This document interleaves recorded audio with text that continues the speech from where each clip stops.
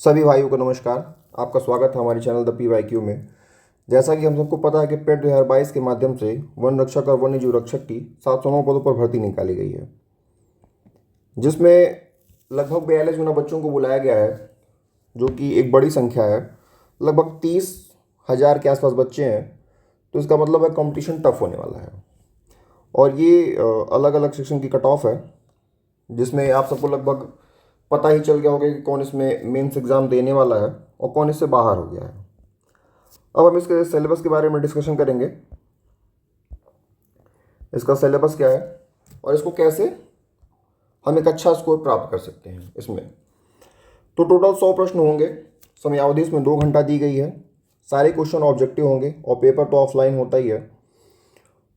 एक गलत प्रश्न का आपका 1/4 अंक अर्थात 25% अंक काट लिया जाएगा।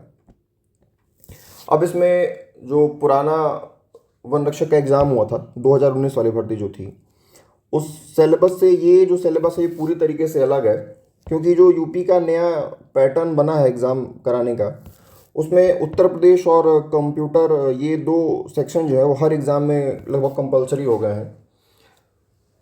और इसमें जो एक विषयगत ज्ञान जो इसमें ऐड किया गया है, जिसको हम लोग फॉरेस्ट्री कहते हैं, ये वन दरोगा के सिलेबस से ही लिया गया है, क्योंकि वन दरोगा में लगभग 26 टॉपिक थे, जिसमें से लगभग 15 टॉपिक इसमें सेम टू सेम रखे गए हैं।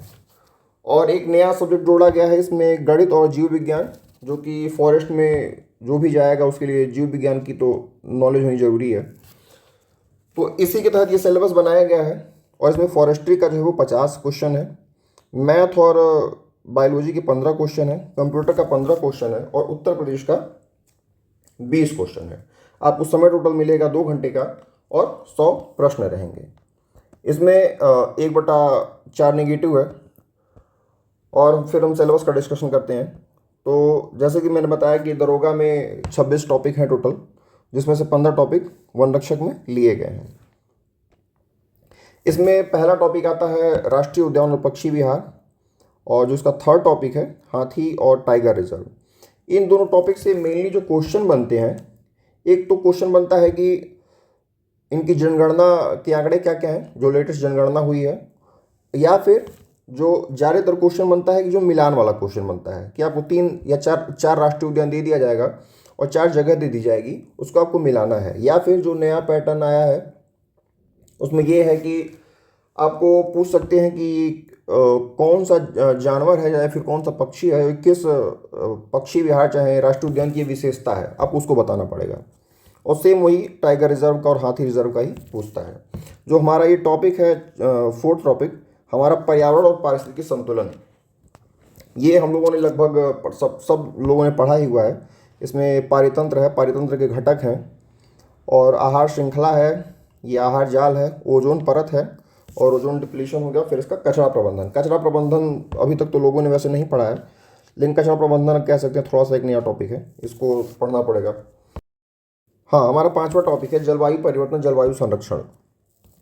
इसमें हमारी जो COP की जो मीटिंग होती है, कॉन्फ्रेंस ऑफ पार्टीज़ की, उसमें जितने भी COP हुए हैं उसमें क्या क्या निर्णय लिए गए हैं, जैसे पृथ्वी सम्मेलन हो गया, ठीक, जोहान्सबर्ग सम्मेलन है, जो भी है ये सारा, और जलवायु के संरक्षण के लिए लोग क्या क्या उपाय कर रहे हैं वो इसमें आता है। मृदा और मृदा संरक्षण में आता है कि कैसे आप मृदा में नमी को रोकते हैं, उसकी अनेक अनेक विधियाँ हैं, उसको हम लोग आगे डिस्कस करेंगे। फिर वनीकरण है, कृषि वानिकी है, इसको एग्रो फॉरेस्ट्री कहते हैं, कितने प्रकार की होती है देखना पड़ेगा ये सब।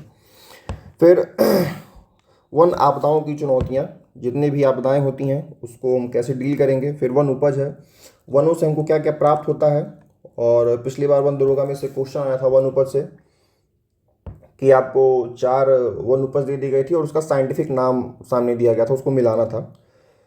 फिर मानव वन्य जीव संघर्ष है, जैसे कि हाथी गलियारा बनाया जा रहा है, ठीक, जो नॉर्मल जो टाइगर रिजर्व है उनको इको सेंसिटिव जोन घोषित किया जा रहा है। मतलब उनके संरक्षण के अलग अलग उपाय इसमें किए जाते हैं और कोशिश किया जाता है कि मानव वन्य जीव का जो संघर्ष है वो कम से कम हो। फिर वन पर्यावरण है, उसके लाभ है, ये सब नॉर्मल टॉपिक है।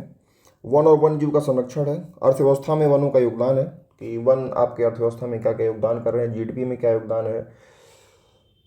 वन पारिस्थितिकी है और कृषि प्रणाली फसल चक्र है, ये सारा एक सामान्य टॉपिक है। अब आते हैं हमारा दूसरा पोर्शन जो है वो गणित है। गणित में प्रतिशतता है, परसेंटेज, प्रॉफिट लॉस है, साधारण ब्याज, औसत, वास्तविक संख्याएं, फिर एलसीएम एचसीएफ है, और ये बेसिक बुनियादी ज्यामितीय आकृतियों का क्षेत्रफल और परिधि, यानी कि इसमें ट्रायंगल हो गया और रेक्टेंगल हो गया, ये सब इसमें आएगा।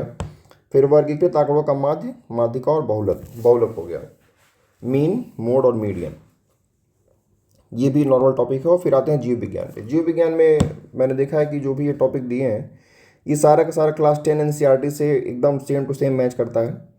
आप इसको जाके मिला भी सकते हैं, और ये क्लास 10 की एनसीईआरटी पढ़ने से मुझे लगता है कि कवर हो जाएगा। कुछ एक्स्ट्रा पॉइंट रहेंगे उसको बाद में ऐड करके बता दिया जाएगा।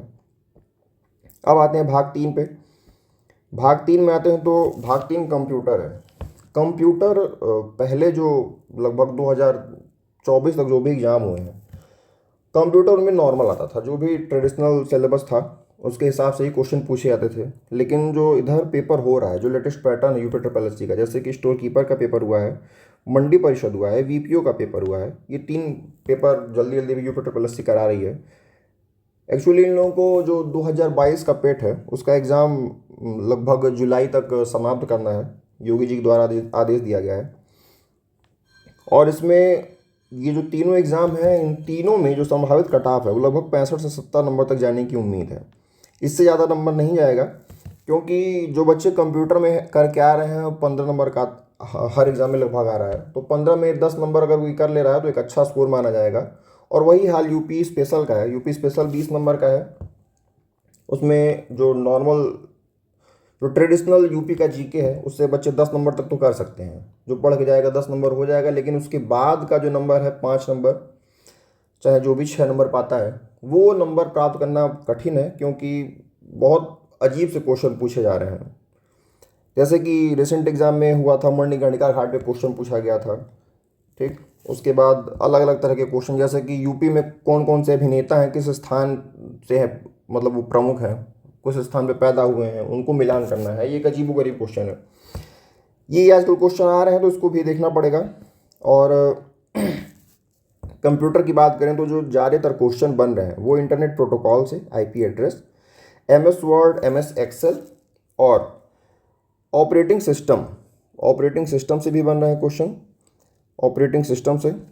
और ये जो 5 नए टॉपिक यूपी ट्रिपल एससी ने ऐड किए हैं, artificial intelligence, big data processing, deep learning, machine learning, internet of things, in 5 topic से क्वेश्चन ज़्यादा ही आ रहे हैं, क्योंकि 15 नंबर का है ये। लगभग इसमें इन 5 टॉपिक से लगभग 7 से 8 क्वेश्चन पूछे जा रहे हैं, तो इसको आपको स्पेशल ध्यान दे के पढ़ना पड़ेगा। और बात रही उत्तर प्रदेश की, तो उत्तर प्रदेश में फिर वही हाल है कि 20 नंबर का पेपर है, तो उसमें से आप 10 नंबर कर सकते हैं, लेकिन आपको 5 नंबर और पाने के लिए और एक्स्ट्रा मेहनत करनी पड़ेगी। जो लेटेस्ट पैटर्न है उसको देखते हुए, जो रिसेंट में पेपर हुए हैं उसके हिसाब से आपको पढ़ना पड़ेगा। तो अभी हम लोग जो फॉरेस्ट्री का पोर्शन है, जो रिसेंट में पेपर हुआ था वन दरोगा का, उसके पैटर्न को ध्यान देते हुए, और जो भी 2-3 स्टेट में पेपर हुए हैं जो इन टॉपिक से संबंधित अगर कुछ मिलता है, तो उन सभी को देखते हुए आपको इस पर 50 नंबर की तैयारी कराई जाएगी। तो टोटल 100 नंबर में से हमारी प्राथमिकता रहेगी कि पहले हम इन 50 नंबर को कवर कराएं, और एग्ज़ाम अभी लगभग 15 जुलाई के आसपास से पढ़ने की संभावना है। तो ये जो 15 टॉपिक हैं ये लगभग 20 से 25 वीडियोज़ में ख़त्म हो जाएंगे। उसके बाद जब समय बचता है तो मैं गणित या फिर जीव विज्ञान, या फिर आप लोग जैसा कहेंगे, हो सकता है कि मैं, अगर कहेंगे आप लोग तो मैं कंप्यूटर भी आप लोग को पढ़ा दूंगा, और फिर इसको कवर करके एक अच्छा स्कोर हम लोग प्राप्त कर सकते हैं। तो हमारा चैनल है द PYQ, इसकी लिंक दे दी गई है, और आप इससे जुड़ें। और जिन बच्चों को भी कहीं से अच्छा कंटेंट नहीं मिल रहा है, हमारे चैनल से जुड़ के अच्छा कंटेंट प्राप्त कर सकते हैं और एक अच्छा स्कोर कर सकते हैं। धन्यवाद।